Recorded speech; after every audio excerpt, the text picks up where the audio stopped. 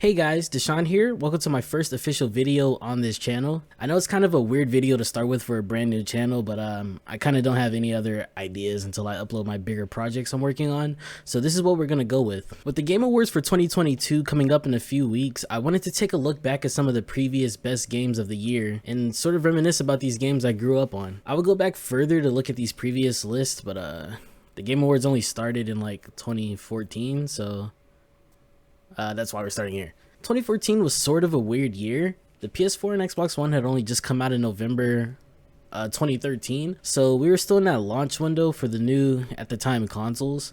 I was just turning 16 and in my junior year of high school, so this year was like on the cusp of me becoming an adult basically. Looking back, like 2014 in hindsight, it's been talked about as pretty much one of the worst years of gaming in pretty much history. So let's kind of look back and see how truly bad it was. Also, before we get started, I plan on doing these lists all the way up until 2022.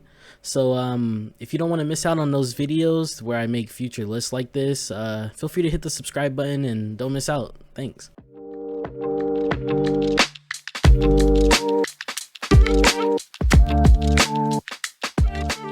Okay, so looking at the list, it's already starting pretty rough. Just taking a quick glance, I just pulled this off a tier maker. I see it's missing some games that I personally would have put on there, but let's go through this and see where we're at. So right off the bat, they're doing something near and dear to my heart, which is Destiny. I don't know if you like followed me on my previous channel, you would know I'm a huge Destiny player. I have about multiple thousands of hours played in Destiny and Destiny 2 like as a franchise, and that's pretty much like one of my main games that I still play to this day. So I'm kind of like biased when it comes to Destiny, but oh, by the way, we're gonna be ranking these games not how good they are now, but the year that they came out. So Destiny was, I'm not gonna lie, I loved it personally, but it did launch pretty bad. Like, it was pretty bad when it came out. It just wasn't the game a lot of people were wanting it to be. It wasn't the game Bungie had promised, according to a lot of people. I don't necessarily agree with that. Yeah, it was pretty rough, but not gonna lie, there's some aspects of Destiny, like vanilla Destiny, that I would take over like what we have now in Destiny. I don't want to get into specifics about that because I can go on a whole tangent about that. But Destiny at the time of 2014, so December, by the time December rolled around, we had gotten Vault of Glass, we had gotten Crota's End. Crota's End, I think, is a very underrated raid. Vault of Glass a little bit overrated, but I did love it at this time, man. But it's not really the best like version of Destiny 1, especially considering this is 2014. So I'm gonna put Destiny 1 at a B. That's like the highest I can put it. I'm either thinking B or C. Right now we're gonna put it at B. So we got The Evil Within. Not gonna lie, I wasn't the biggest fan of this game. I am a huge fan of like Resident Evil, and I do know I think the director or creator of the game, somebody that high up that was involved with this game, was also involved with making the original Resident Evil, and you can see that with all the callbacks to it and everything. When the E3 demo for this game came out, I was really hype about it, I'm not gonna lie, but the game just wasn't as good as I wanted it to be. Considering I had played Outlast before I played Evil Within, I thought Outlast was the better horror game of that year. But I'll put Evil Within at the C. It's not a bad game, it's just very meh. Very meh. So we've got Shadow of Mordor. I'm not gonna lie, I'm not a huge, this is gonna sound like heresy considering I'm a huge nerd, especially when it comes to fantasy. I'm not a huge fan of Lord of the Rings, I'm not gonna lie. I've never finished the trilogy, I've never watched The Hobbit, and I wasn't the biggest fan of this game, honestly. This game was also pretty meh. The only thing I really truly liked about this game was that it had the what's it called? Is that it had the Nemesis system. The Nemesis system was really good. It's one of the most innovative features a game developer has put out recently. But overall, the game just felt like a mix of like Batman Arkham and Assassin's Creed at the same time, and I really just wasn't interested in something like that. But I'd say it's better than Evil Within, so I'll definitely put it in above Evil Within, but it's gonna be meh for me. I just never got a chance to like really finish it because I just got bored of it pretty quick. So now we got Call of Duty Advanced Warfare, and I hated this game. I hated everything about this game. I didn't like the story. The only thing I liked about the campaign was the memes it created. Press F to pay respects, so we all know about it. The game had Kevin Spacey, and that didn't age well because Kevin Spacey is not a good guy. So Advanced Warfare, one of the worst Call of Duties. I don't like Sledgehammer's Call of Duties at all, so Advanced Warfare is gonna go in D tier. I hated the futuristic Call of Duties. I was much more of a fan of like Black Ops 1 and 2, and then the Modern Warfare franchise. I hated these futuristic advanced movement Call of Duties, so they'll probably always go D tier for me. So next we've got Halo Master Chief Collection. Not gonna lie, this game launched in a very broken state. This was like on the level of like Cyberpunk broken when this came out.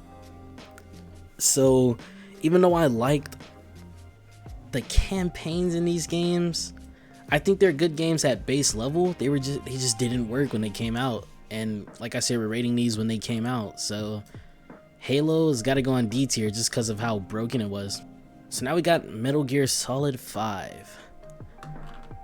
I'm not gonna lie to you guys, I thought the game was just okay.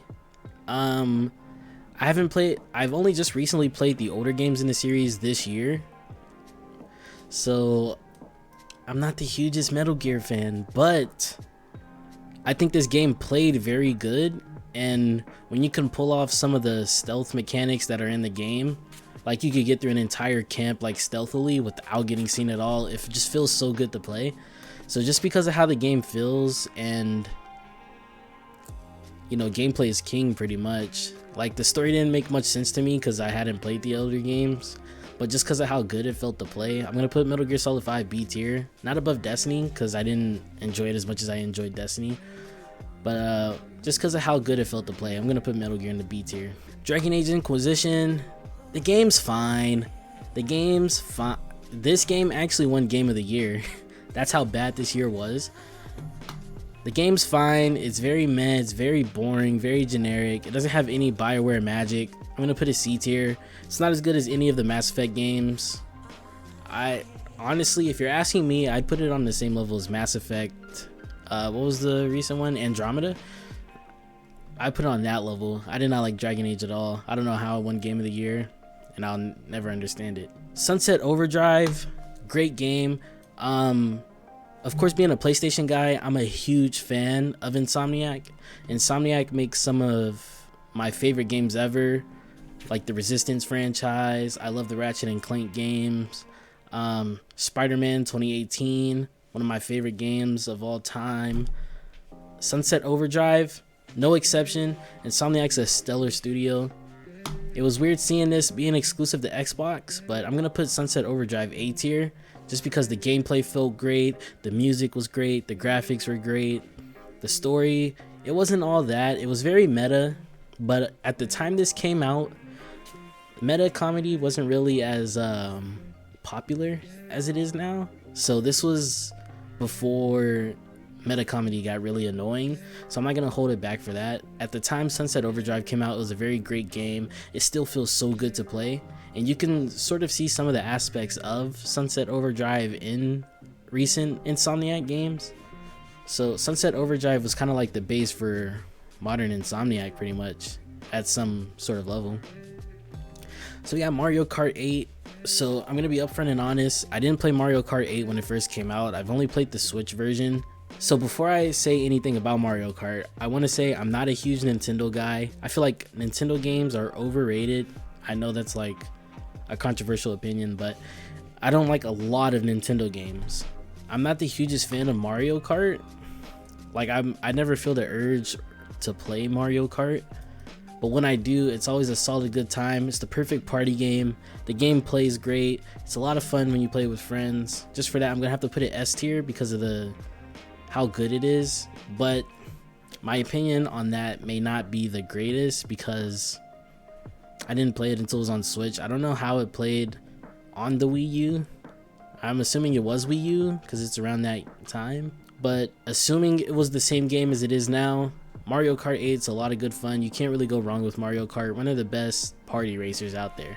Far Cry 4. This one's tricky. This was my first Far Cry game I've ever played. I thought it was okay. I heard Far Cry 3 was one of the best. I tried playing Far Cry 3 earlier this year. The gameplay didn't really age well, so I can't really play Far Cry that much.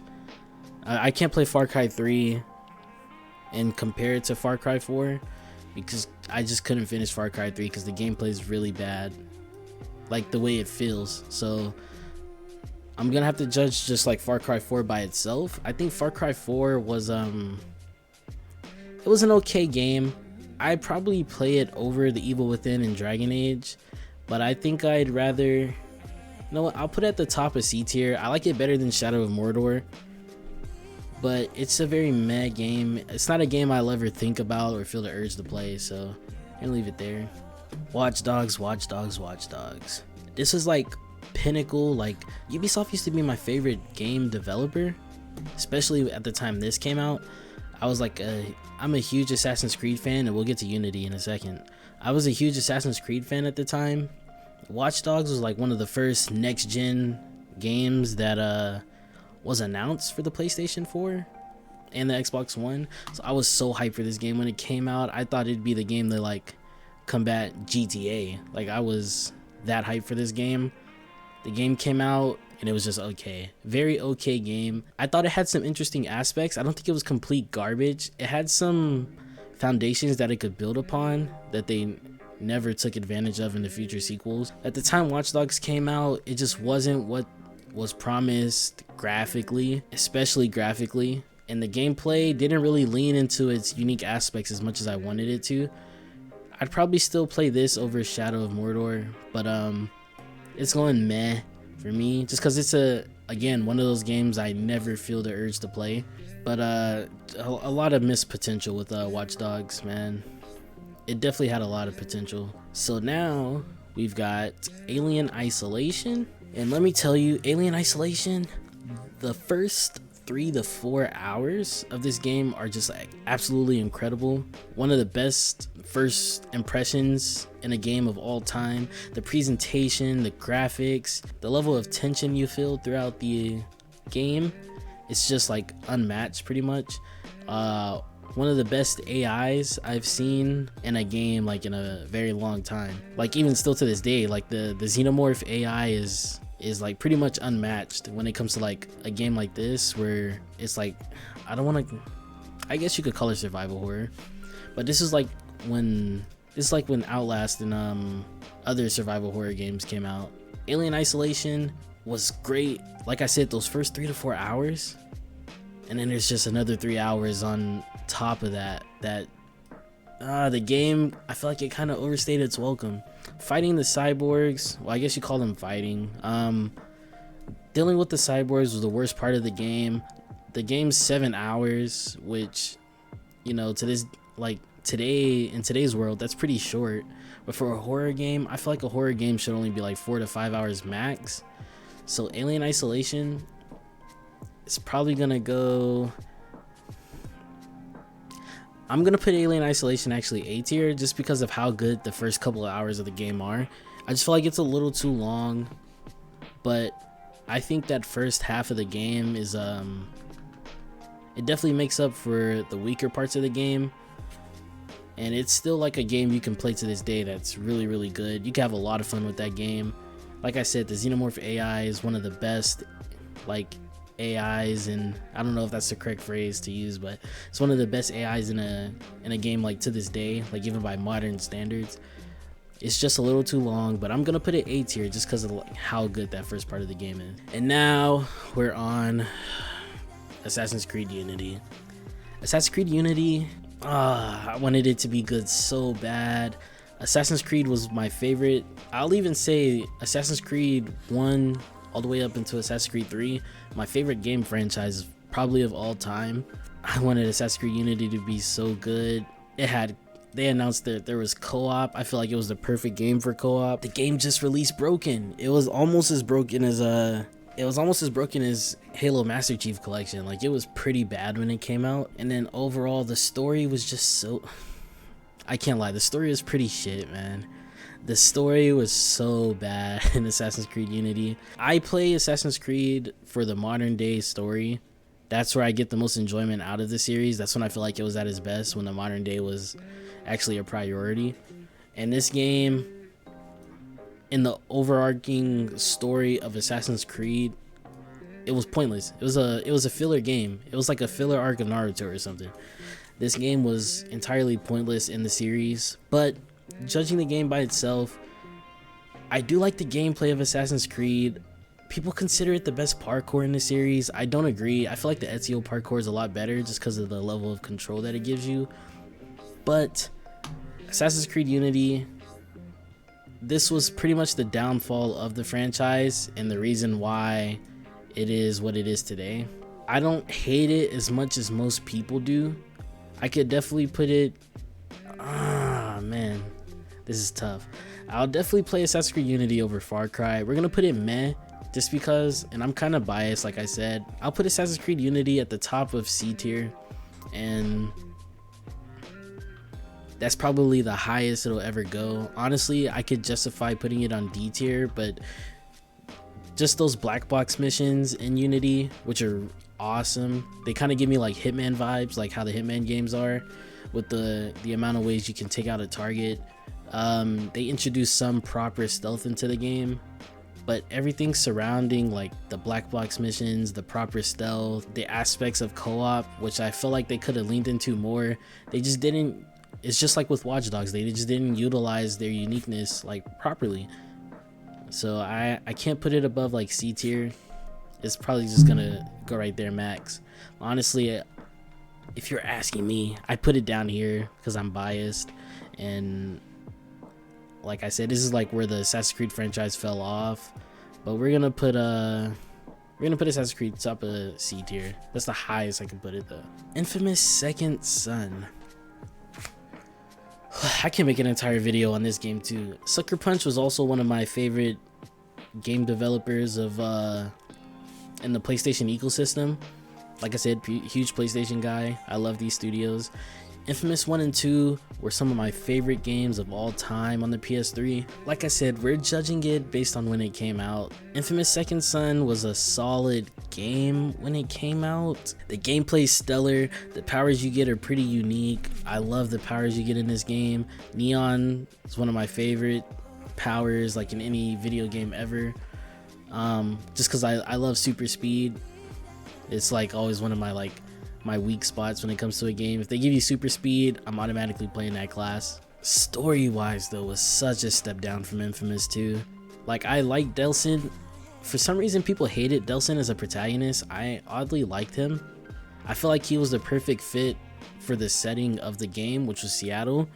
And I don't know if you guys ever been to Seattle, but there's plenty of people there that look like Delsin. I didn't mind him as a main character. It's just the story was such a step down from the scope of Infamous 2.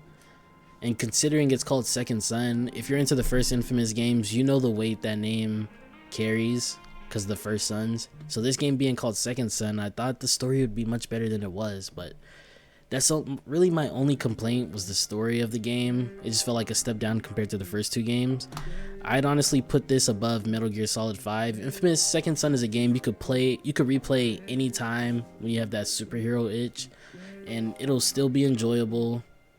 It's just the story's a little weak, but everything else surrounding the game is pretty incredible. So I'll definitely play it over Metal Gear. Tales from the Borderlands, gonna go D tier. Yeah, that Telltale engine is so bad, especially at this time. I was a huge fan of The Walking Dead, Telltale, and The Wolf Among Us, even Telltale Batman. Tales of the Borderlands though, I'm not hugely into the Borderlands story, so like I said, this is a personal ranking. I'm not really interested in Tales from the Borderlands. I'll put it down here just because I feel nothing for the game at all. I even tried playing it and it's just I didn't even want to finish it. Wolfenstein: The New Order. So, oh man, the bad thing about Wolfenstein is these names are so similar that I don't remember which one is which. There's Wolfenstein: The New Order. There's like Old Blood, Young Blood. I don't remember if this was the good one. I'll have to look up. Let's see. Wolfenstein. Yeah, game order. That's what I need. Okay, so Wolfenstein: The New Order was the second one in this reboot franchise. This game was actually pretty good. I'd put it about here. It was pretty good. I did like the first two in the series. I think everything after that was pretty bad, if I remember correctly. Like I said, these titles kind of blend together just because they all have like really similar titles, but I do like Wolfenstein: The New Order since it was the second game. And it was a pretty good game. I'd play all these other games over that. But Wolfenstein: The New Order is definitely a solid game. Oh, I didn't even see The Last of Us is on here. Why is The Last of Us here? This is a 2013 game. I know it's technically remastered, launched in 2014, but let's be real, it released in 2013. But that being said, when this came out, it was a decent upgrade over the original game. Definitely one of my favorite games of all time, probably in my top 5. Last of Us, a great game. The multiplayer was very underrated. Story is incredible. I can replay I've replayed this game like almost like 10 plus times.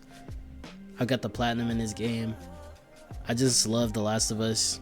The first game at least. It will always hold a soft spot in my heart. So Last of Us, we're gonna have to put it in S tier. I can't put The Last of Us anywhere below that because it's such a masterpiece of a game. Titanfall. This is the game that launched with no campaign. It was okay. The movement was decent, but they really hit their stride with Titanfall 2. The first one, I was pretty mad on. I'll put it here because I play any of these games over it. It wasn't broken. It just wasn't very remarkable. So we'll put it there. Dark Souls 2. I'm gonna put it there. I'm not I'm not a huge From Software guy, so like the only From Software games I like, and we'll get into those in the future list, are Bloodborne and Elden Ring. Those are the only ones that really hit me on a level that made me enjoy playing them. But Dark Souls 2, I'm assuming this is Dark Souls 2, right?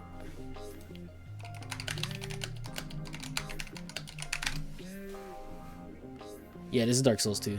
Yeah, I'm not a huge From Software guy, like personally, but I definitely will say it's better than all these games when they first came out.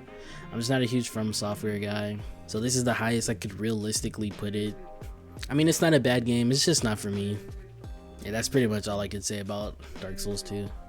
But yeah, that's the tier list. Like I said, Dragon Age Inquisition somehow won Game of the Year, which is a little weird. I don't even know what I would put as Game of the Year over it though. Like realistically speaking, like my personal biases aside, I don't know what I would put over Dragon Age Inquisition as Game of the Year. But I also wouldn't put Dragon Age Inquisition over any of these games as Game of the Year. So it's a little weird. I don't really know. What were the runner-ups for Game of the Year?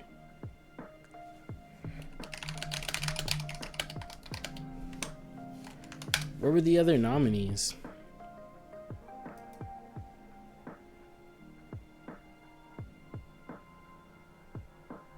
So we got Bayonetta 2, Dark Souls 2, Dragon Age Inquisition, Hearthstone, Shadow of Mordor. Such a bad year, man. Such a bad year. This year lives up to its reputation. Some of those games aren't even on this list, which is pretty crazy. I don't even know. I'd probably put Sunset. If it was me, like me personally, Destiny was my Game of the Year that year, by far. But if it was me, so that's what I put as my Game of the Year. But if I'm speaking from an objective view, I mean, it can't be The Last of Us Remastered because it was winning tons of Game of the Year awards in 2013 when it came out on PS3. So it kind of would not be fair to do. And second of all, it's a re-release. I don't count re-releases as Game of the Year unless it's a full-on remake similar to like Final Fantasy VII. But this list is bad, man. I don't know what would win Game of the Year. None of these games are deserving of Game of the Year for me. This is probably the worst year to do a Game of the Year, start a Game of the Year awards.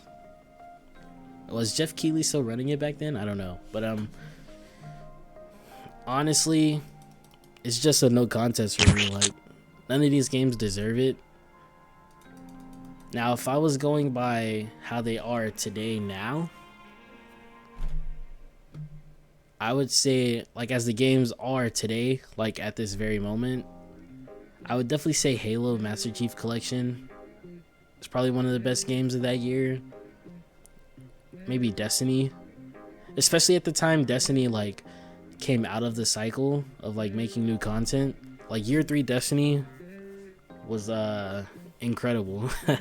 One of my best experiences of all time that entire year. So I have to say it'd be year 3 Destiny or Halo Master Chief Collection if we were voting today. But overall, I don't know. None of these games deserve Game of the Year for me, so I'm gonna say there's no Game of the Year for 2014. But yeah, that's pretty much the list. I plan on doing 2015 pretty soon. So I'm recording this actually the day before God of War Ragnarok comes out. So I'm gonna have to work on the video for that when I make a video on God of War Ragnarok. I've got my PlayStation 5 2 years later video coming out. I've got a huge Destiny, speaking of Destiny, I got a huge Destiny video I'm working on right now. So I don't know when I'll get to 2015, but I plan, like I said, I plan on knocking all of these out before the Game of the Year awards in 2022 comes out, because that's December 8th, I believe. So that's in what, 1, 2, 3, 4 more weeks. So we're gonna have to knock these out in about 4 weeks. I guess we'll see if 2015 fares a lot better. Thanks for tuning in though, and like I said, if you want to see the next video I do, feel free to subscribe so you don't miss out on the next tier list I do. I don't know when I plan on doing it, like I said, because God of War Ragnarok comes out pretty soon, and I'm definitely gonna hammer that game out. I can't wait for God of War, man. Just wait till we get to 2018. 2018 was so good. Just wait till we get to that year. But yeah, like I said, thanks for watching, and feel free to subscribe, like, comment below. I'm kind of interested. Comment below what your Game of the Year was for 2014, because I'm interested in seeing what you guys think. But yeah, thanks for watching.